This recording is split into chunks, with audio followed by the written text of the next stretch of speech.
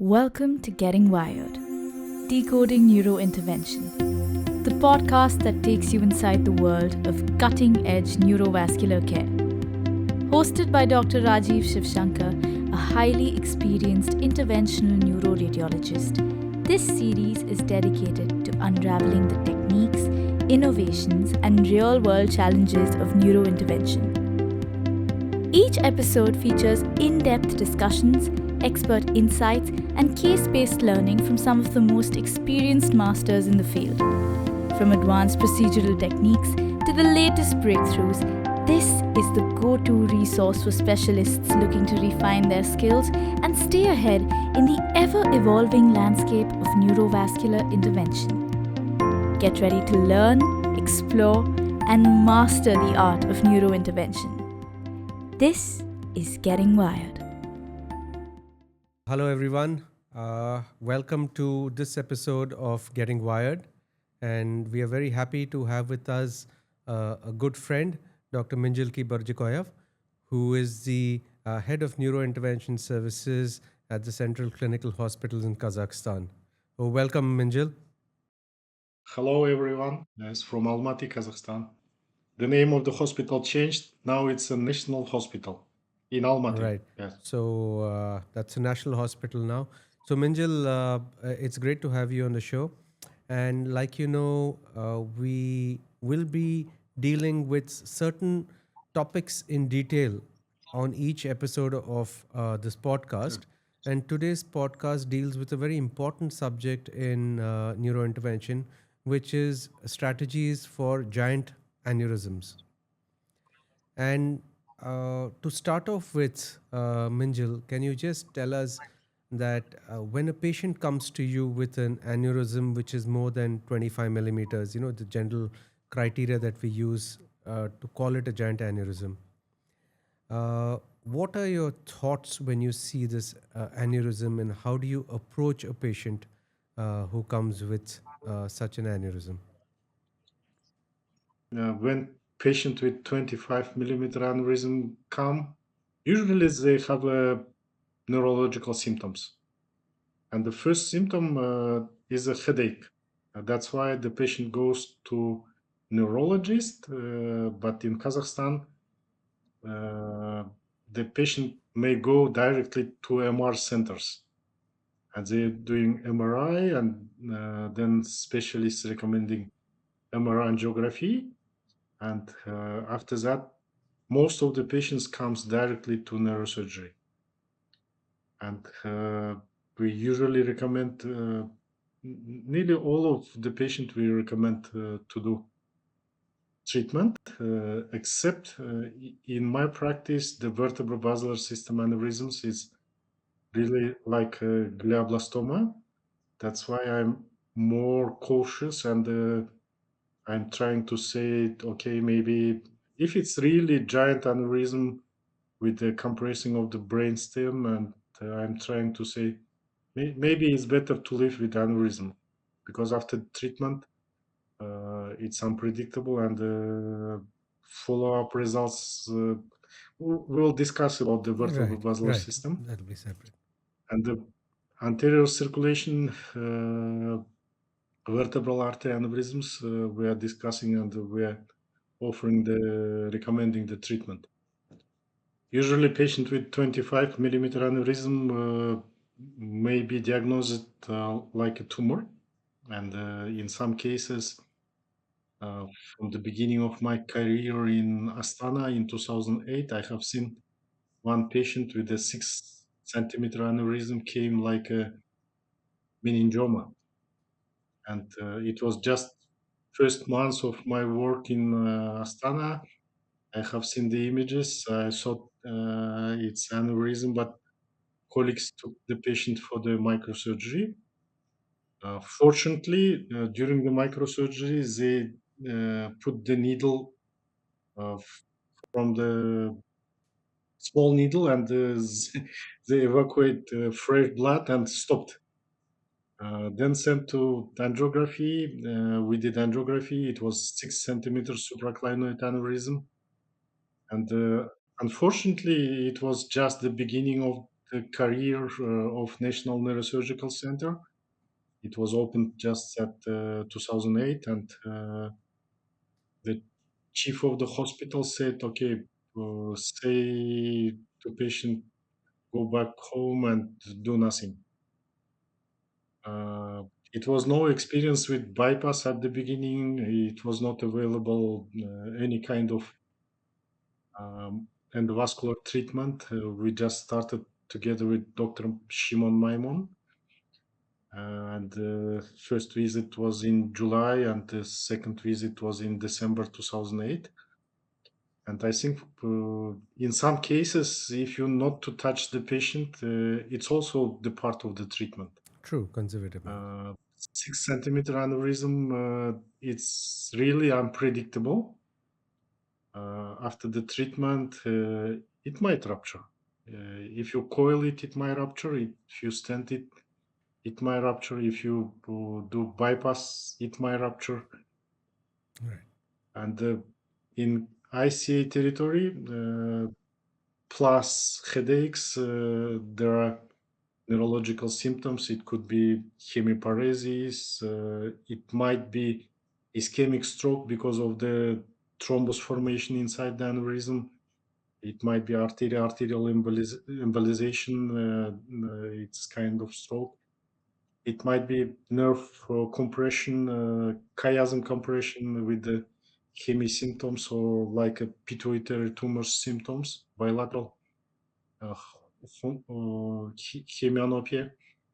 And also could be oculomotor nerve paresis if it's a supraclinoid aneurysm in PCOM region, and it could be abducens nerve palsy if it's a cavernous sinus aneurysms. Usually, it's a prediction of the aneurysm location. If patient comes with the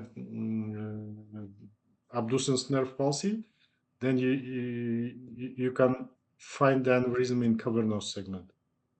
If it's a third nerve palsy, oculomotor nerve palsy, usually it's a PCOM region aneurysm, and most of the time they're ruptured, and after rupture, those patient has symptoms. Right. So, like you've explained very well, that giant aneurysms have a not very good natural history, and they have risk of hemorrhage, or they can present with mass effects and neurological effects depending on the location that they are in. Yes, and from the Mm. statistic, Rajeev, Mm-hmm. if patient come with more than 25 millimeter aneurysms, we are discussing about the nearly 70% of risk of bleeding Right. and with possible mortality. But it's just a literature, and not all the time patients deciding immediately.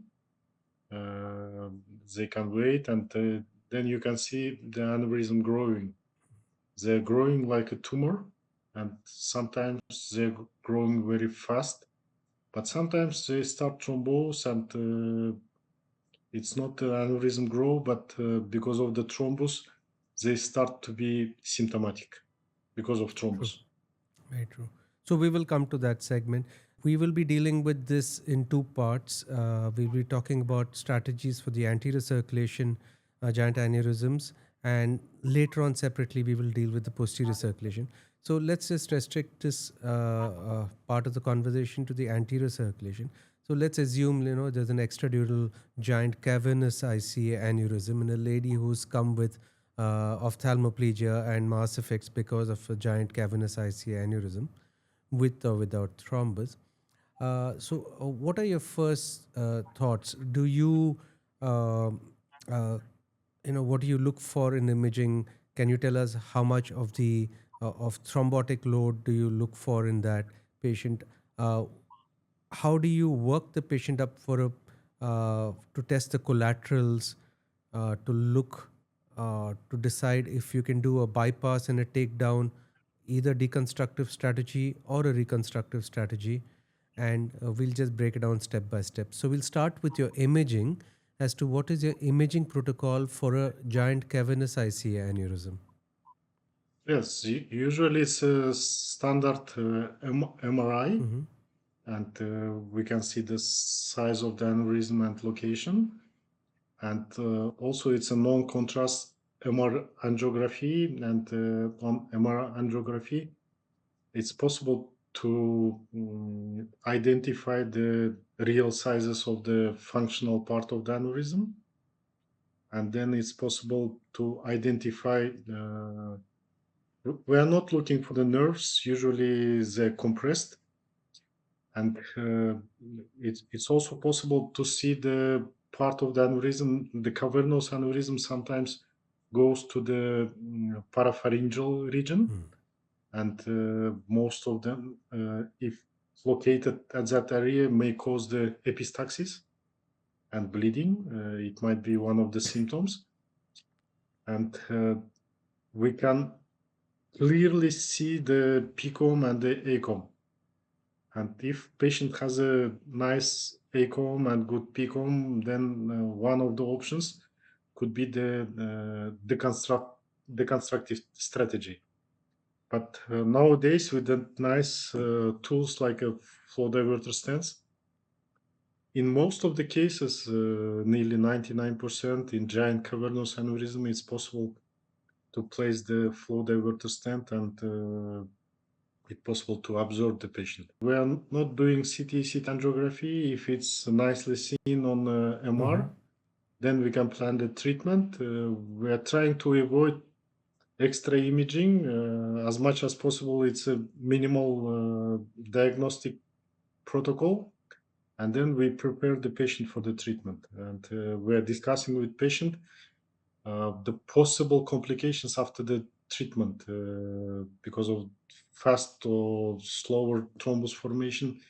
It might be the oculomotor nerves abducens nerve palsy, and we need to explain it, and then we need to explain the possible stent thrombosis because of the uh, stent Right. compression or the growing the thrombus inside the stent, and patient should be ready for Right. those So strategies. coming back. At the beginning of my career, Uh-huh. when the it was no the distal access catheters and the only pipeline and resheetable was available, the first version. Uh, if patient had no collaterals, then we discussed with patient with giant aneurysm the strategy of bypass first, and then decide how to treat. Right.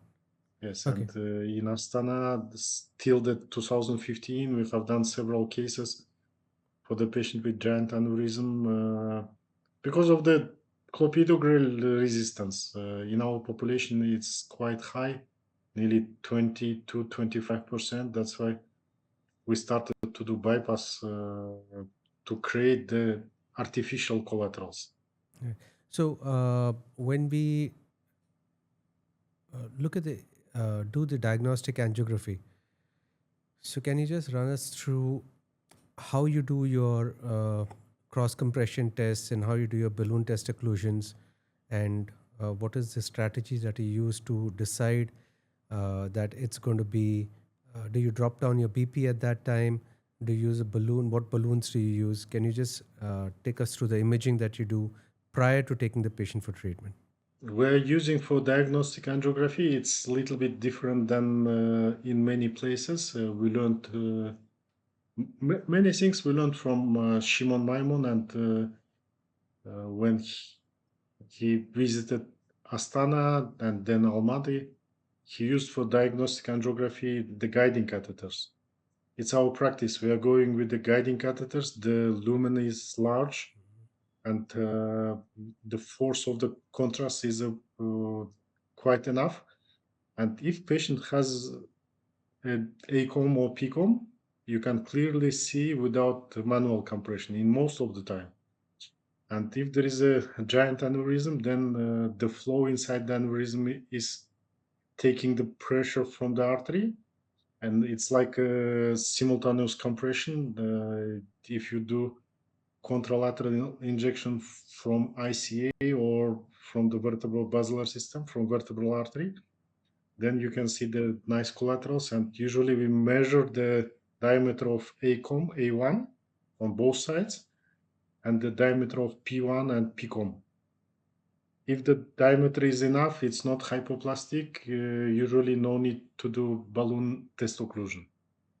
And if it's needed to do balloon test occlusion, from my beginning experience, from my early experience, we had as a balloon from the early time, it was a Hyperglide 4x20, 4x15. And nowadays we have Scepter 415 or Eclipse double lumen 615, and we're inflating the balloon from ipsilateral side and going with the 6 French guiding catheter. Usually it's a Judkins Wright coronary guiding, and doing injection. If the both sides arterial and mostly the venous phase coming at the same time, not more than delay 2 seconds, and then it's an indication of the nice collaterals, and it's possible to occlude the artery. Nowadays, if we are planning to treat the patient and it's not so clear the collaterals, then I'm asking my colleagues to compress the ICA on ipsilateral side, and we are doing with a single guiding catheter the injection. And usually, if the collateral is there, it's possible to see. And most of the time, it could be incorrect when the assistant is compressing. They can compress a little bit lateral, and the artery is migrating to the pharynx. And usually, I recommend to start from the pharynx side and to feel the pulsation and compress it to cervical vertebra.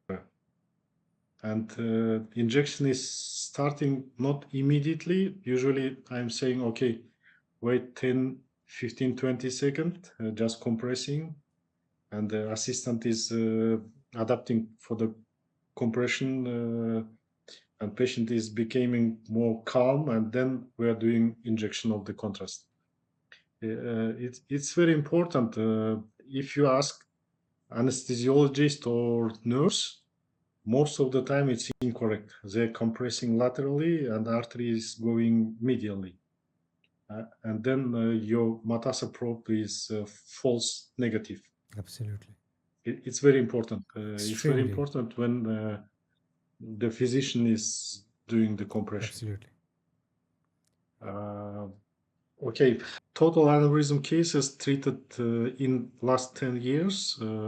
It's more than 1,700. And giant aneurysms, you can see the number. This is a statistics, and if you can see the proportion of the giant aneurysms, it's quite low. There is a reason for this. In Astana, in National Neurosurgical Center, they're doing bypass, and most of the time they're occluding the artery. And also there are couple of centers which is interested in giant aneurysms. That's why in our department the number of giant aneurysms it's not growing, and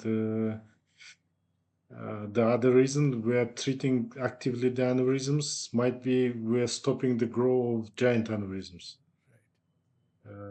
It might be the reason why the number it's not so much. This is demographics. 28 patients in last 10 years treated in our department, the mostly females, and with arterial hypertension, most of them, with good outcome in most of the cases. In some we had a poor outcome with MRS 325.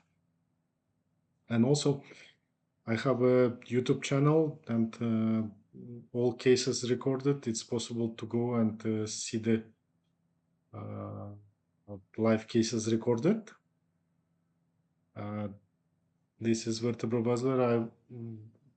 I can just explain about the collaterals. It's an illustrative case. This is a case partially thrombosed basilar aneurysm, and simultaneously during the angiography, we can see the basilar artery and the aneurysm itself.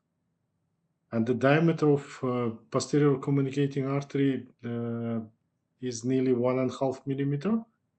And usually this diameter is enough to occlude the basilar artery.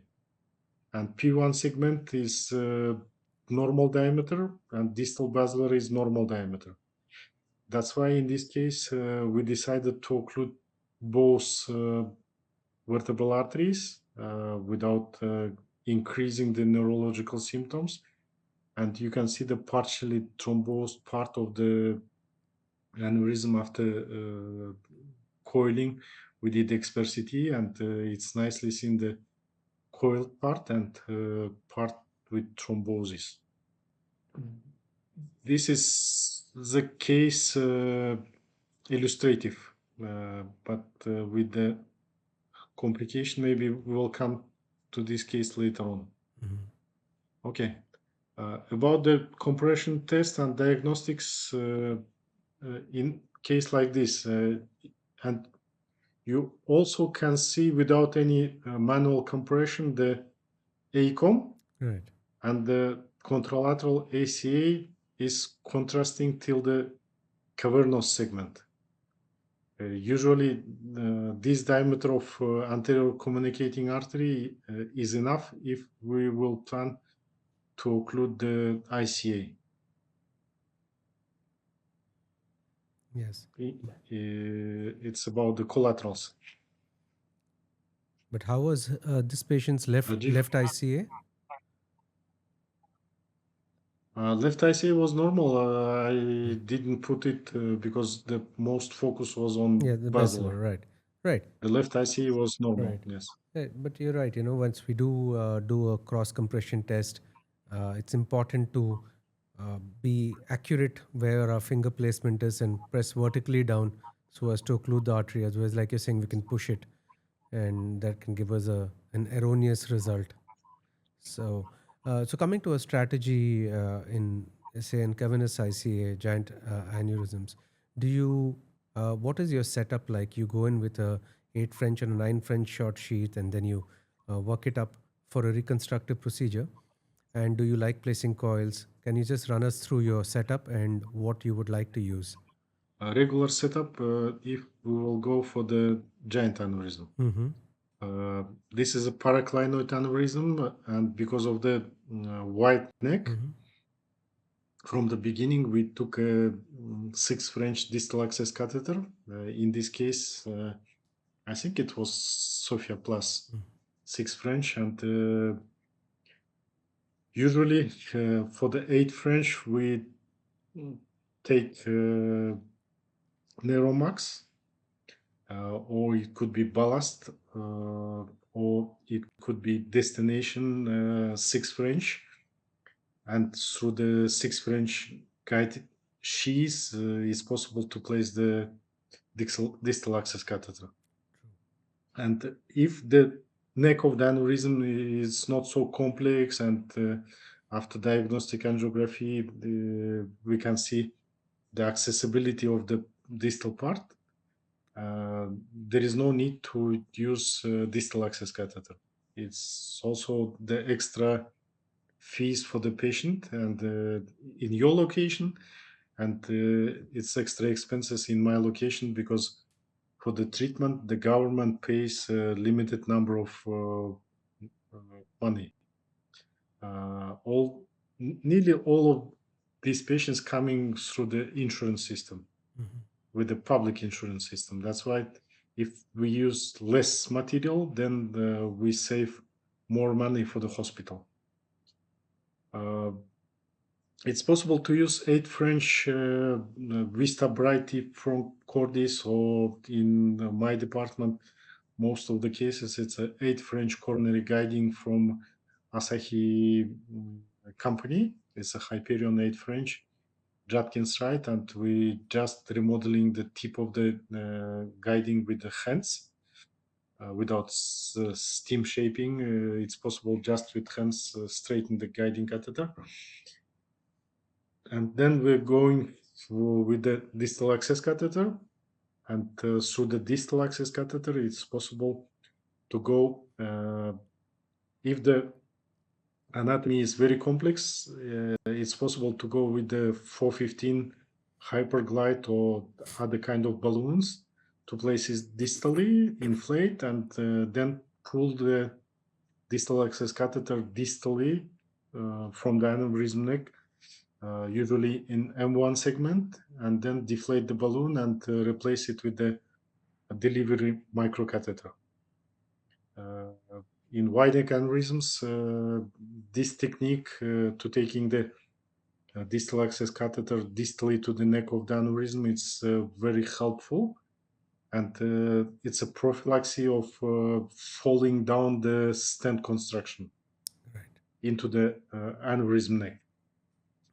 And it's possible to open slowly, pull the distal access catheter and open the stent progressively and cover the neck region. Usually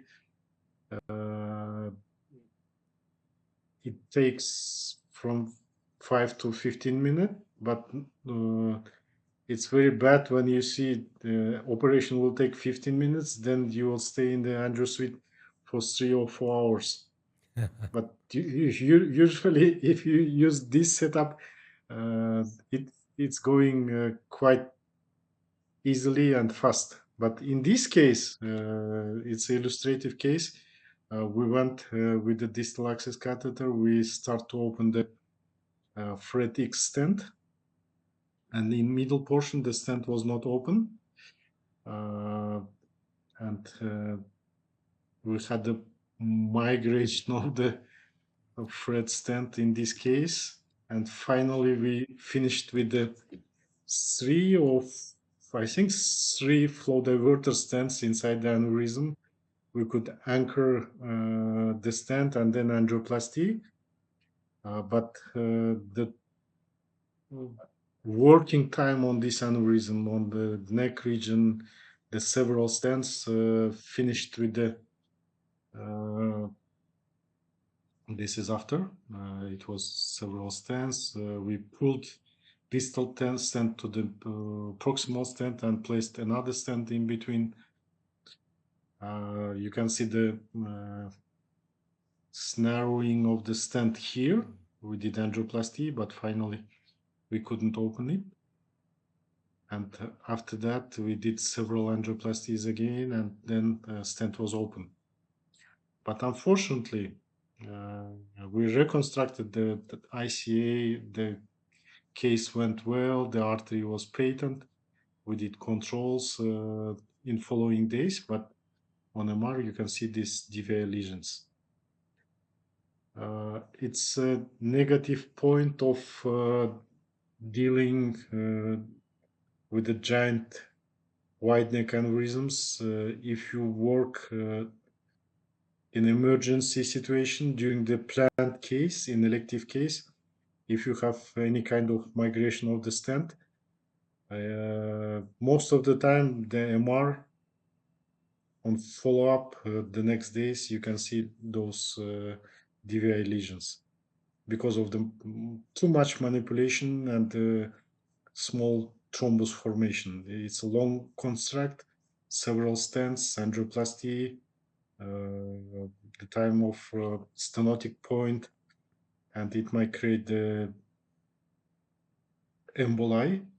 But in this case, patient recovered well and discharged with MRS2. So it's a supraclinoid aneurysm. Yes. So, like in this, coming back to your first step, let's. Do you like using balloons to cross to get access, or do you like using a stent retriever to get the anchor and then cross it? Any preferred method? In our department, we learned from the beginning how to use the balloon remodeling. We're doing very frequently balloon remodeling for elective cases, and it's mandatory for the emergency ruptured cases. That's why we know how to deal with the balloons intracranially. That's why instead of stent retrievers, we're using balloons for navigation. It's a first. And then in some cases, it's possible to place the balloon and open the stent in parallel. At the level of neck, balloon is like a bridge. If you open the flow diverter at the neck region, sometimes it helps to stent not to overexpand the balloon, like creating the artificial wall, and you can open safely the stent and then retrieve the balloon after. Oh, that's interesting. It's one of the tips and tricks. Yes. Because of the cost of flow diverter of the stent retrievers, it's approximately from $3,000 to $4,000, and the price of the balloon is just less than $1,000. In our setup, it's better to go with balloon to save extra money. Yes.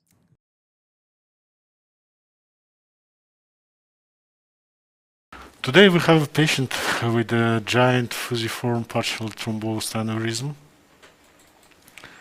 It's look like there is something happened in this region. Later we will check. Patient has a bypass. Several months ago the bypass were placed, and now patient came for the main treatment 2 days ago. My colleagues made a balloon test occlusion, but test occlusion was done with double lumen eclipse, and the lenticular striating artery were temporarily occluded, and the patient start suffering the hemiparesis. And then the result of balloon test occlusion was postponed because of the possible neurological deficit. But the bypass is patent. And now we have dilemma. It's possible just occlude the artery, and on MR the aneurysm starts from here.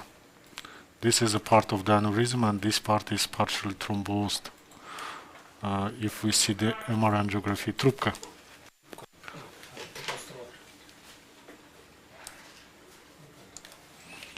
1.3 millimeter is a stenotic point of the MCA. And now we have dilemma because of the result of balloon test occlusion. It's so-called diffusion, perfusion, confusion. We have the same confusion because of those results, and the aneurysm is quite big and it's partially thrombosed. And it's look like 14 millimeter. It's the functional part is not really giant. It's 11 millimeter, 14, and now it's a 12. Have dilemma because of the angulation at this point. It might be stent. We can place distal stent, and then we can coil this part, and then we may continue with the stenting in proximal part. Or it's possible to place proximal stent, distal stent, coil, and place one more stent in between. The question number 2, what to do with this stenosis? Is it necessary to do angioplasty in this segment or not? 1.3 millimeter is not so bad. This is 3D angiography. It might be small perforating branches coming from the aneurysmal sac. Might be from here. And there is a trifurcation. Yes, Davlet see the similarity between the gastrointestinal tract. It's like a gastro. Okay. And now we have this situation. For me, it's possible to do it in this way. This will be the stent. 24 millimeter, maybe 26. Usually it's a 2 stents. So we have 3.5, 3 millimeter, 25 Leo babies. The question is which one should be first? This one. We can place this one and place the balloon here, do coiling, and then place another one. Or place the stent here, coil, place the balloon here, coil here, and then continue with stenting.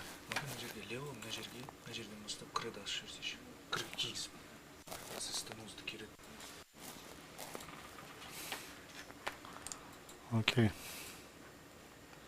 But the idea is to place the braided stent, because this segment is also aneurysm. Till this point, it's an aneurysm. The bypass is patent. That's why there is a dilemma. Should we protect MCA, place stents, or just occlude the artery? Right. So, we, of course, we like using the stent retriever because it's easier to cross very tortuous anatomies and then get the anchor and pull the system up. But whatever works, that's fine. And Yes, Rajiv, I agree with you. With the stent retriever, you can use the same microcatheter, Yes. which could be 27 or 21, and just place the stent retriever. And nowadays, there is a local stent retrievers from India. Yes. I have seen some from Merrill company, and I think it's accessible, and for the patients it's okay. And yes, it's safe when you use the one microcatheter and cross it one time. Uh, mm, it's a preparation of operating True. radiologist or neurologist or neurosurgeon. True. Yeah. And when you do, if you have a choice in not crossing the ICA top, do you still like to anchor it from the M1 down, or would you leave that open in case the stent occludes later so that you do not compromise the MCA flow? In the case of cavernous aneurysm, we usually start, and also in this case, if you notice, we didn't cover the MCA. We started below the ICAT, ICA bifurcation. Usually it's in a choroidal or PCOM segment, and then we going down. It's very important because of the beginning early experience with the clopidogrel and nearly 25% of resistance and stent occlusion. If patient has good collaterals, then it's better to keep the A1 segment open and allow the cross flow from the contralateral side to keep the patient alive. Right. From our early experience. But nowadays we can check the anti-aggregation with the verify now or multiplate test, and then it's most safe condition.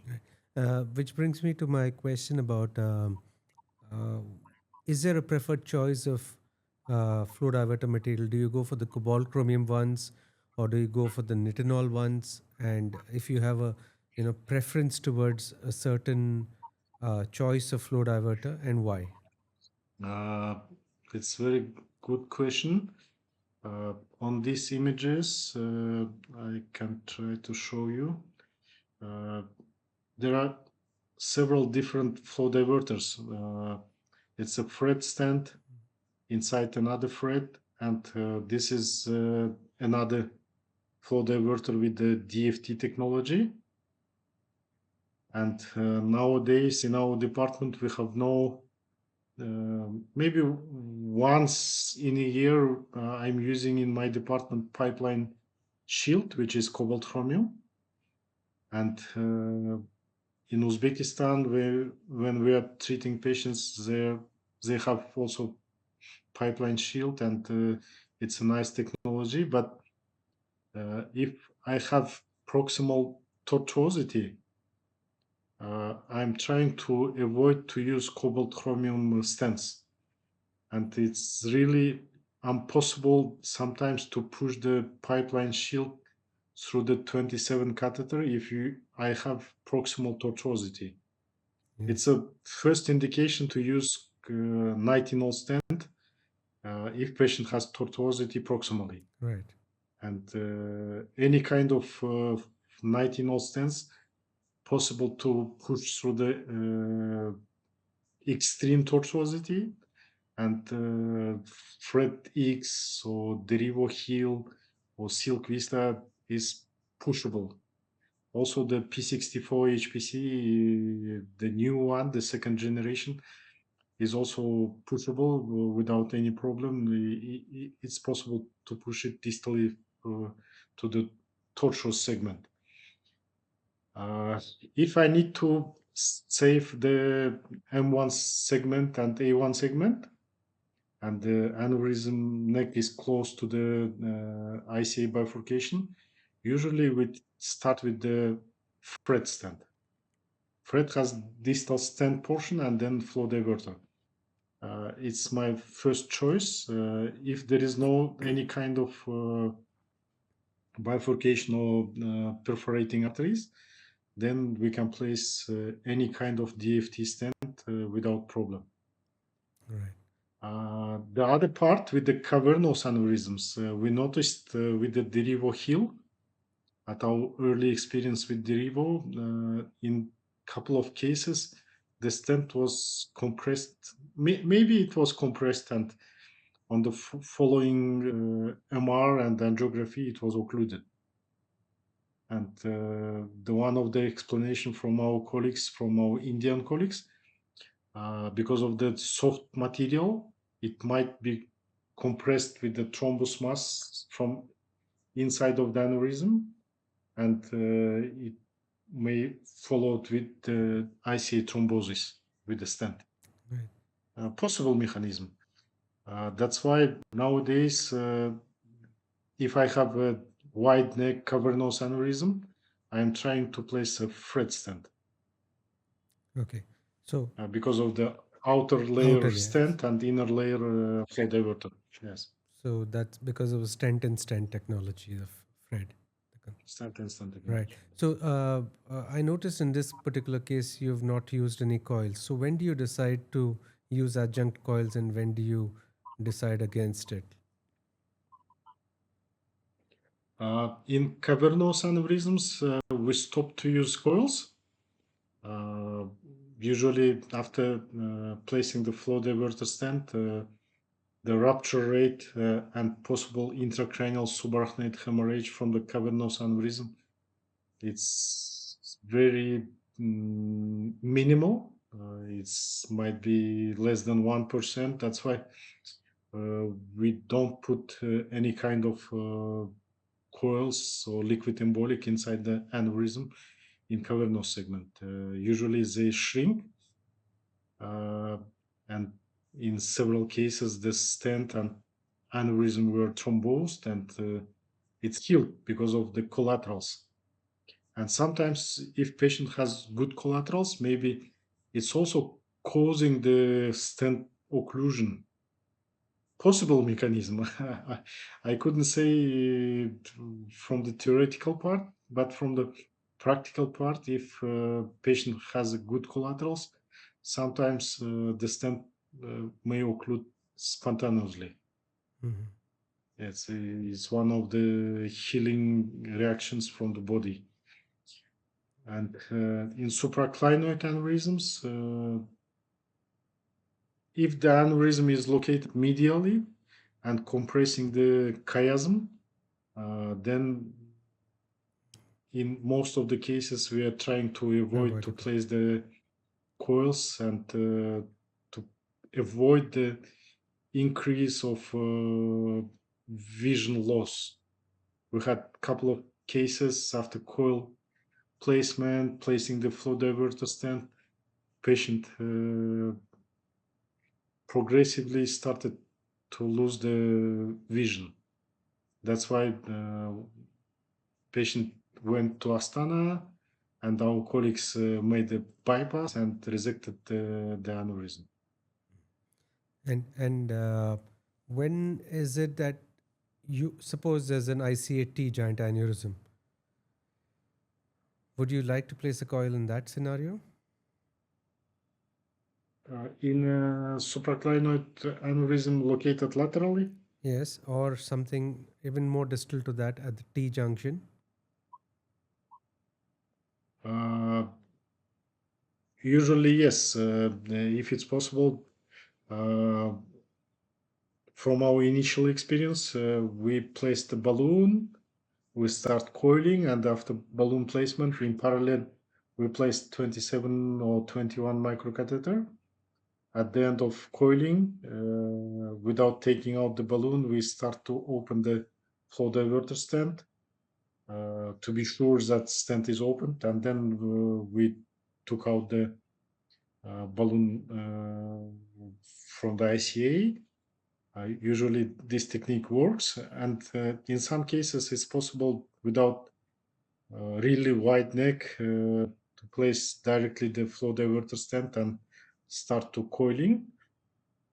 But from my point, it's most safer if you place the coil first with the balloon assistance or stent assist coiling or any kind of assisting device like Comaneci, and after you can place safely the flow diverter stent.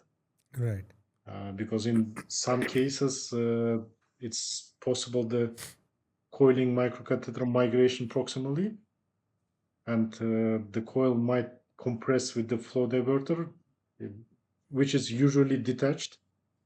In many places I have seen it, and then there is a problem with the free part of the coil. You couldn't take it out, you couldn't place it inside the aneurysm. It's better to coil already and then place the flow diverter.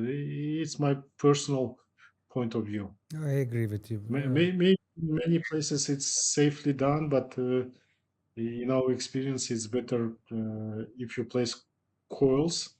It's also possible to do it in two sessions, uh, partial subtotal coiling, and then you can take patient in a couple of months again. But I have seen several cases when we placed the coils and aneurysm ruptured in next couple of days. It was a thrombus formation inside the aneurysm, and the aneurysm was ruptured with the thrombus inside. Yeah, which is also You never know. Yes. yeah. So which is also something that we need to discuss. The whole aim of treating an aneurysm is to create thrombosis, and Yeah. to create thrombosis, we add coils so that thrombus fills the aneurysmal sac. Now, to promote this, we add coils, and then the school of thought says that we have rapidly caused thrombosis, so we have increased intra-aneurysmal pressure, hence it is ruptured. So which is why it is sometimes, uh, uh, you know, still there are different schools of thought. Some operators like placing coils, some would like to take it slow and say that we'll let it thrombose on its own in due course. But one technique that I look at is that if I find that the aneurysm, when, because I, like you, I used the Kazakh thrombo test. So when I half deploy and I see that the aneurysm is stagnating very quickly, then I don't like that, because that's something that's going to shut it down really. There might be an inflow with no outflow when I fully deploy the flow diverter. That's the time I'd like to place a coil, so that I have some controlled thrombosis there rather than have inflow with no outflow. That was one thing. The other thing, how what is your pre-procedural preferred antiplatelet regimen as of today? What is, you start with ticagrelor and ecosprin, or do you like prasugrel and ecosprin? So how do you decide your antiplatelet regimen in an unruptured giant aneurysm?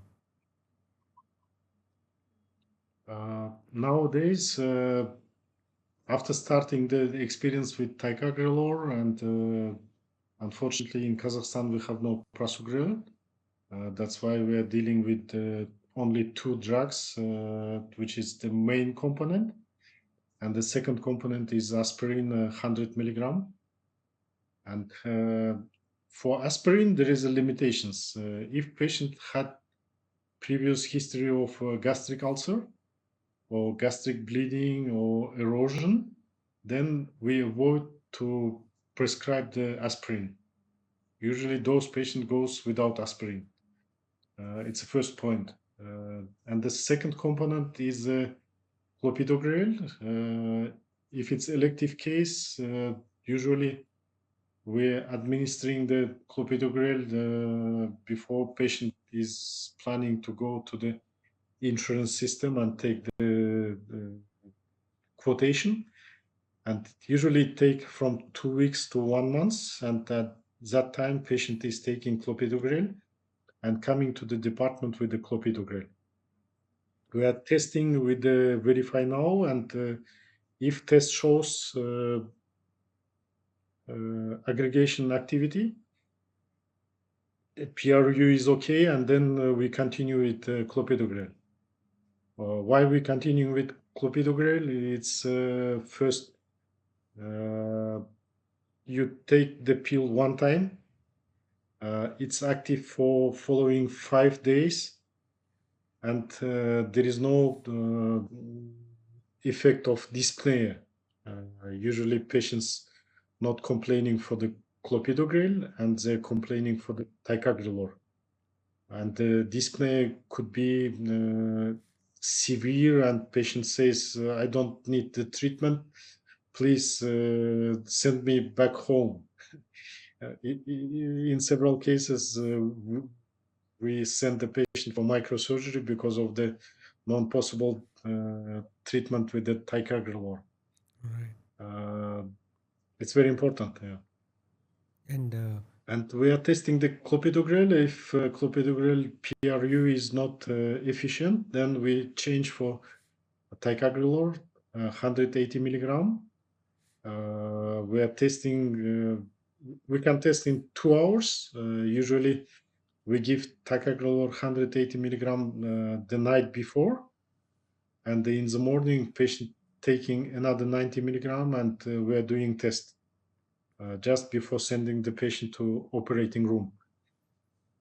In emergency cases, we give ticagrelor in emergency department, and then testing the aggregation in 1 hour. And usually it's enough. But if you give ticagrelor the day before, it's better. 99% of the tests, ticagrelor is effective in our department.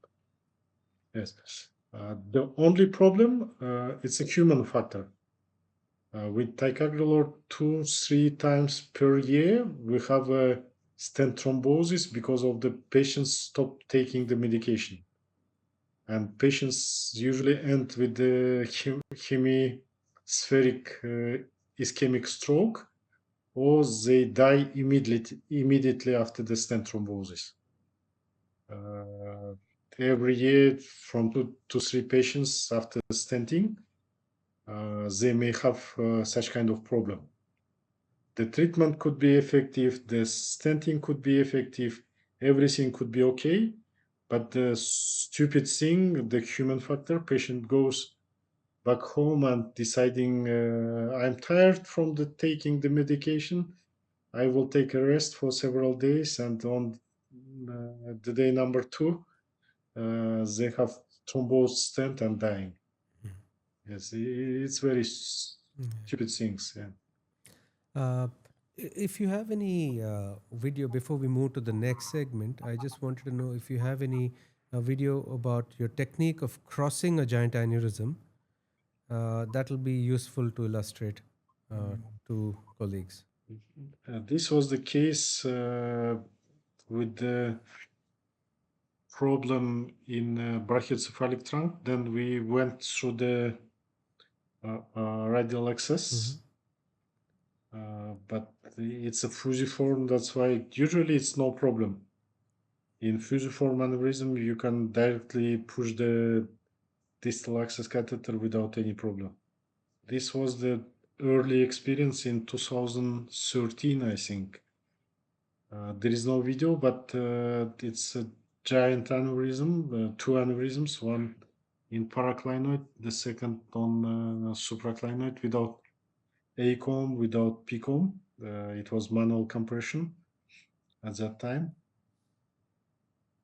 And we placed old version of pipeline for 20 millimeter was at that time the only length available in our country. It's old version, and in follow-up, the pipeline was migrated proximally, and aneurysm keep open. And then we placed the second one. At that time, it was without any problem. For this case, we will come back. No, there is no video available for the crossing the neck, but from the last case shot by Fabian Armberg from Sweden. I think you also saw that movie. He started to preshape the Sophia. He started to preshape the distal access catheter like a Bernstein catheter. Right. And then it's possible to rotate the distal access catheter inside the aneurysm and orient it to the outflow zone of the aneurysm and catheterize the aneurysm very easily. That was a good tip. Yes, I didn't do it, but maybe for one of the next cases I will try to do. And usually the heat gun is mandatory. With the steam shaping, might be not so easy to pre-shape the distal access catheter in this shape. But we are using since 2013 the heat gun, and with the 120 Celsius, it's possible to pre-shape the Sophia and any kind of Navian or other distal access catheters, and go with the distal access catheter and catheterize the distal part of the aneurysm. It's a really wide neck aneurysm. Right.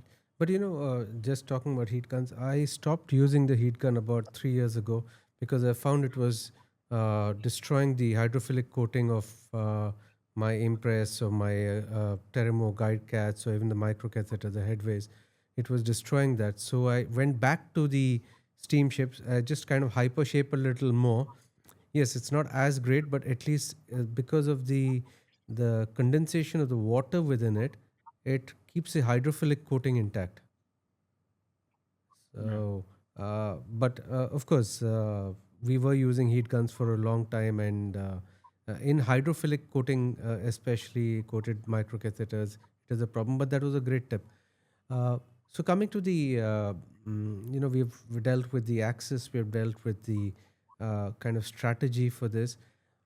With such great tools, when do you then send surgery patients for surgery? Nowadays, in my department, we send the patients for the microsurgery for the intracranial giant partially thrombosed aneurysms because of the mass effect. And if patients could not take the medication, then usually we decide to send patient for the bypass and planning the deconstructive strategy. But fortunately, most of the giant aneurysms, in most of the cases, they have a ACOM and PCOM, and it's just possible to occlude the artery. It's a fortunately, but not all the time. It's impossible to close all ICAs and wait for the nice result. It's not working like this. Yes, it's mandatory to check the collaterals, ACOM and PCOM, and then plan the strategy about the reconstruction or deconstruction. But because of the nice distal access catheters, micro catheters, the guide wires, nowadays the available flow diverter stents, the graft stents, it's possible to plan the reconstructive strategy. Yeah, Yeah. great. And what is your take on the new technology with coating? Do you think that's helping Uh, the coated flow I diverters? think it's like a Mm-hmm. I think it's like a praying. Yes, if you go to the mosque and pray, it works. Yes, and from my personal experience, the result of the treatment becoming better after coming the pipeline shield, after coming the HPC coating, after coming the heel coating, X coating, the subjective feeling, the pushability of the stand, the opening of the stand, the follow-up imaging on 3, 6, 12 months with the coating, it's look like better. I'm not sure because nowadays in the department available the regular thread Mm-hmm. because of the stock of the company, they keep the regular thread. But in our department, we replaced all thread to X 3 years ago. But some departments in the country couldn't use those threads, and they sent back to the company, and company decided to send it to our department. And time to time, we're using regular thread, and I couldn't see from this experience, I couldn't see any difference. Maybe 3 years ago, I could say, yes, X is better. But nowadays, it's possible to place any kind of thread, and with the preparation of the patient, with the anti-aggregation testing, I think the immediate result, the follow-up result, is not so much different. Yes, maybe it's subjective, but there is a data. There is a data from the trials. There is data from the companies. The result is better. The neo-intima formation is better, and the uh, reconstruction of the artery is better. Maybe, but the pushability of the previous pipeline flex comparing with the flex shield, the flex shield pushability is better. This I noticed from the first days, and we asked the Medtronic company to stop delivering the flex in the country, and we continued with the flex shield since 2017 or 18. Yes, and we didn't go for the next generation Vantage. We kept the pipeline shield in Kazakhstan and in Uzbekistan, and I think those decision was correct Right. So because of the they followed. long-term results with the Vantage. They Yes. seem to have followed your decision globally. All right. Yeah. And the uh, subject of ruptured giant aneurysms. Now we're still on the anterior circulation. So if we have a giant aneurysm which is unfortunately ruptured, then do you prefer to do parent artery occlusion if possible as a first option, or if not possible, then what is your antiplatelet regimen in these cases? Yes, it's a very complex topic. If you have a subarachnoid hemorrhage, then it's better to wait to pass the time of vasospasm, which is 12 13 days. It depends of the volume of blood in subarachnoid space, and it's completely changing the outcome. And at the beginning, I said about the collateral flow importance in the cavernous, but it's not the same factor in a supraclinoid aneurysms. In a supraclinoid aneurysms, aneurysm may compress the A1 segment or ACOM, and then when aneurysm start became harder, the A1 segment could be compressed and the diameter of the artery became smaller. And if you rely on the preoperative diameter of the A1 segment or ACOM, then patient may result with the ischemic stroke after the treatment. That's why in supraclinoid aneurysm, yes, if we see the nice collaterals, if we see the nice compression test or balloon occlusion test, but if patient needs bypass, then it's better to send the patient for bypass and then plan your strategy, deconstructive or reconstructive. In the case of ruptured aneurysms with the subarachnoid hemorrhage, it's nearly the same strategy. You couldn't predict the artery occlusion or artery critical spasm with the whole hemisphere ischemic.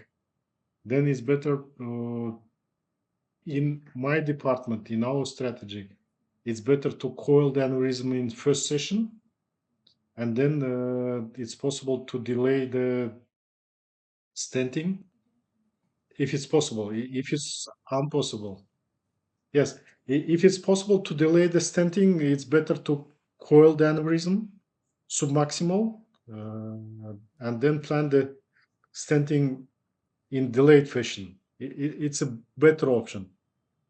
All right. If it's impossible, then the preparation of the patient, usually 1 hour before, we giving ticagrelor 180 milligram and giving aspirin in emergency cases more than 300 milligram because of the inflammation reaction and the other kind of reactions.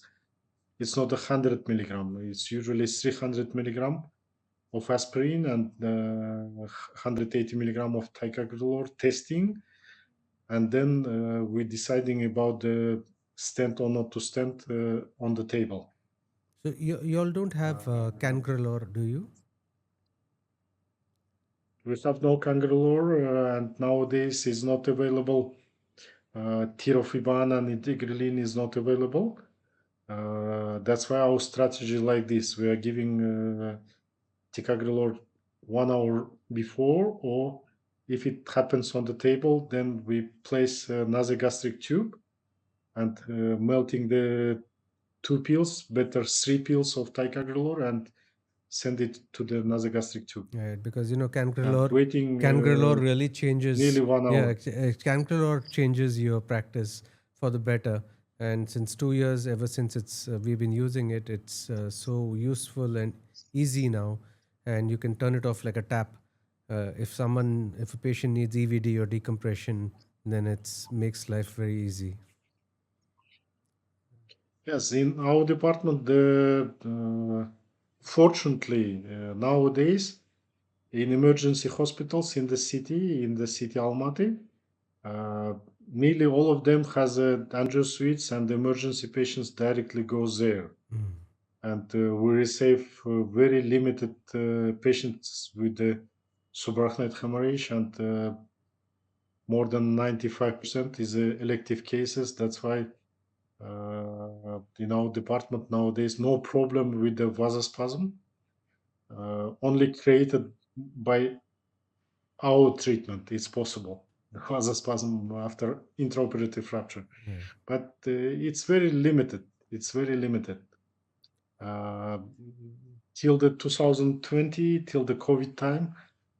Yes, if there is a massive subarachnoid hemorrhage, if you need place lumbar drainage or EVD, in those patients, I'm trying to avoid to place the flow diverter stent. Even in blister aneurysm, if we place the flow diverter stent, I'm trying to avoid the placement of drainage, because decreasing the intracranial pressure may lead to subarachnoid hemorrhage, the repeat hemorrhage, Mm. because of pressure changes. I have seen it a couple of times, and we stopped to do drainage when we place the flow diverter stent in blister aneurysms. Uh, so, how do you deal with the hydrocephalus then? Usually, if it's coiled patient, then no problem. It's possible to place the ventricular drainage.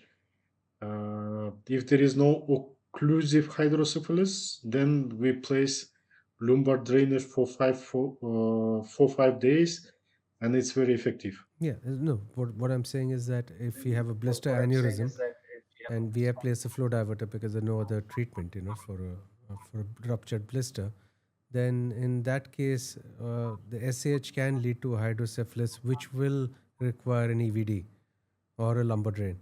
So that's the time that when we have ticagrelor or an ecosprin on board, it becomes much more difficult for a neurosurgeon to put in a drain and not cause bleed. So that's where these intravenous antiplatelets like cangrelor help, because you can switch it off and switch it on. But I get what you're saying, that you try and avoid doing too much of drainage, to, if possible, to avoid any sudden pressure changes. Yes, and Rajiv, in our department, we have a nice experience with the cisternostomy. Cisternostomy is a part of microsurgery when you are clipping the aneurysm. Mm-hmm. We learned it from the neurosurgeon from Nepal. Mm-hmm. The Professor Aip Cherian started to do it for the severe brain trauma, Mm-hmm. and he started to do cistern cleaning and the membrane of Lillichlease perforation. And we learned it. And in the case of subarachnoid hemorrhage, massive one, with possible hydrocephalus, I'm asking my colleague Sarshayev Marat.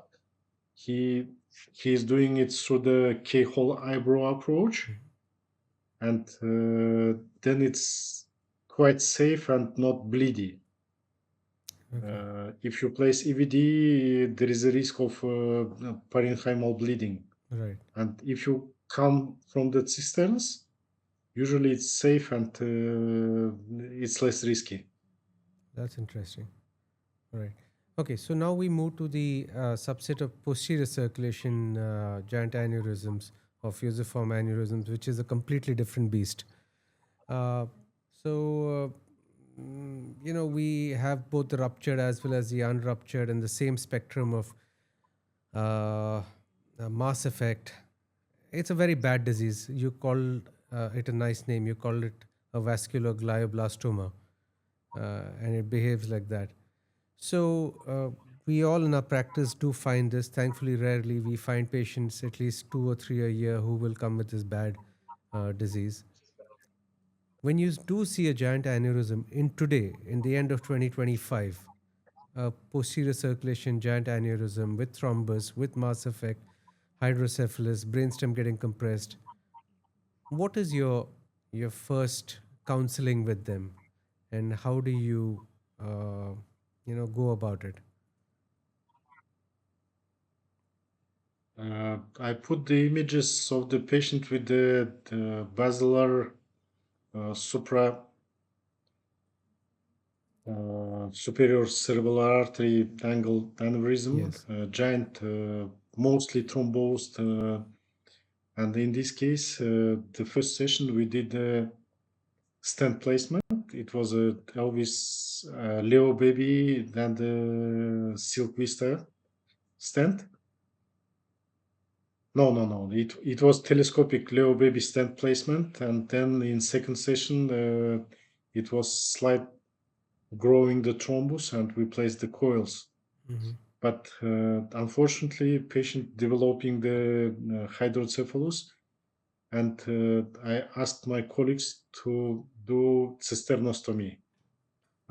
It's like a triventriculostomy, but from the eyebrow approach, and just perforate the membrane of Liliequist to deal with the hydrocephalus. That's the first session, and we had the experience with the giant basilar aneurysms compressing the brainstem. We did a posterior fossa decompression. It was the membrane of Liliequist perforation. The operation number one. The operation number two was a posterior fossa decompression. And then in 1 week, we prepared the patient for the telescopic basilar artery stenting. If the functional part of the aneurysm is quite big, and then you placing for the telescopic or single braided stent. In my experience, unfortunately, in long term, in short term and long term, those patients developing the huge thrombus, and from my point of view, if it's a Dolichok tactic with the saccular part more than 2-3 centimeter aneurysms, unfortunately, in our population, they are not surviving after the treatment. And nowadays, if it's possible, we recommend the treatment earlier, as it was recommended by René Chapeau and other colleagues. And if the aneurysms finally grow and patient come in the final stage of the aneurysmal disease, I'm usually recommend to go for the conservative management. So, And the treatment may cause the complications. right. But which brings us to the point that what do you call as a fusiform aneurysm which you'd like to treat? Uh, Many a time we patients come with giddiness, so just one small episode of a non-specific headache, and we find incidentally there is a fusiform, say 8 or 9 millimeters bacilla, and the patient is 60 years old or 65 years old. Will we offer him a braided stent as a first line of treatment, or do we wait to see if it progresses? There is no real chartered territorial literature on this. So, how do you decide, in your experience, that you would like to place as a monotherapy, braided stent to start with? What do you have a size criteria in mind, or do you look for interval growth? Rajeev, I think it's very complex to send the patient with minimal symptoms for the basilar artery stenting, yes? Yes, Because of the risk of the treatment might be worse than the unacceptable because patient is okay. And in those cases, it's possible to follow the patient more closely. MR angiography in 1 month, in 2 months, in 3 months, with the antiplatelet therapy with aspirin and clopidogrel and the statins on board. And then if aneurysms start growing, then it's better to treat in early stage. If the same patient is coming with the nearly 1 centimeter aneurysm and then disappearing for 5 years, and in 5 years he's coming with the 5 centimeter functioning or partially thrombosed aneurysm in basilar, then the final result result in those patients is very bad. Yes, I agree. And in most of the cases, they are dying from the hypertensive hemorrhage in a different location. It could be basal ganglia hemorrhage or other cortical hemorrhages, but they're really hypertensive. And it's not only the treatment of aneurysm, it's a complex treatment of the hypertensive disease. And if we have to treat, a patient is very symptomatic, and sometimes we have to treat these patients, then uh, you would like to stage it, isn't it?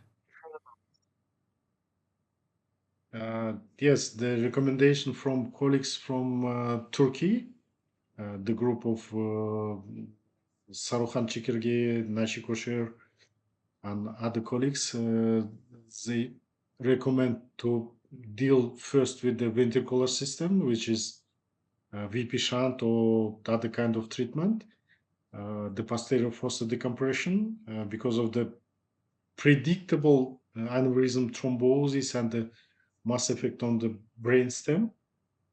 They're doing very nice preparation for the thrombosis and then placing the stent. And after that, you should pray for the patient. If he cut the medication, he will die. If the aneurysm will fast thrombosis, he will die. If the aneurysm is not non-stop growing, he will die. And there is so many factors. It's like a glioblastoma. In the case of glioblastoma, if the Temadal is working, then patient is lucky. If Temadal is not working, then patient will die in the following 12 or 15 months. For me, the giant basilar aneurysms, it's like a glioblastoma cases. Then, fortunately, those patients in Kazakhstan is very limited. I see 1 or 3 patients annually, and for me, it's better to send them for the microsurgery, for placing the bypass from occipital artery to PCA territory and occlude the vertebral arteries. Yes, in case like this, we started to do like this. Is it helping? It's a same strategy, Rajeev. If you place the bypass, then reverse the flow in the basal artery. Usually, the result is quite better than you place the stents inside the giant 3 centimeter, 5 centimeter basilar artery. Yes, then it's better. Okay. But it's not predicting the rupture of aneurysm after placing the bypass and the occlusion of the vertebral arteries. It's also possible rupture. Right. Though, we all have had that few cases of success where we have placed a braided stent and gone later and either done overlapping braided stents or as a second or third stage, or a small fluid diverter just for that segment, and kept the patient on strong antiplatelets, or sometimes even to prevent the perforator rich area, even triple therapy at times. In your strategy, do you have any preferred hardware? Like, do you like Evo or Leo as a long Leo, or do you like the new Achero Rex, which we use for the long fusiforms? That's a new device which is a little more bulky, but any thoughts on this? Yes, in my experience, we did maybe 10 aneurysms, fusiform basilar, with the functional part more than 1 centimeter. And we used, in early experience, it was 75 millimeter Leo plus stent, and nowadays Achero Rex is available. But fortunately or unfortunately, I don't see those patients. For the last 2 years, they are not coming to the department. and I think it's fortunately and unfortunately. It's better not to deal with them. Maybe they receiving the treatment in different departments. Yes. Right. Uh, the any experience with we have those cases which sometimes look good angiographically, but the aneurysm is still growing on MRI, and symptomatically the patients are not doing well. Any experience with bevacizumab or intraarterial drugs, which are VEGF inhibitors or any other medicines which can help shrink the growth of these aneurysms? Uh, yes, the radiation treatment could be the option number one, uh, like in tumor treatment, and the second option, bevacizumab or other kind of drugs. There is reports and publications those drugs is working. I have no experience. Usually, if we see the growing aneurysm, then we ask our colleagues to go and debulk the partially thrombosed part. It's really working, and not all the time possible, but it's possible to debulk the part of the partially thrombosed aneurysm, and usually patient went well after that. In MCA territory, in ACA territory, it's possible. In basilar territory, we never done, and it's the experience in vertebrobasal territory is very limited. That's why I couldn't discuss it in vertebrobasal. Yeah, it is a very rare and difficult disease to treat, right? Okay. Thank you very much, Dr. Mynzhylky. It was a pleasure speaking to you, and thank you for taking time out and sharing your thoughts on the management of giant aneurysms.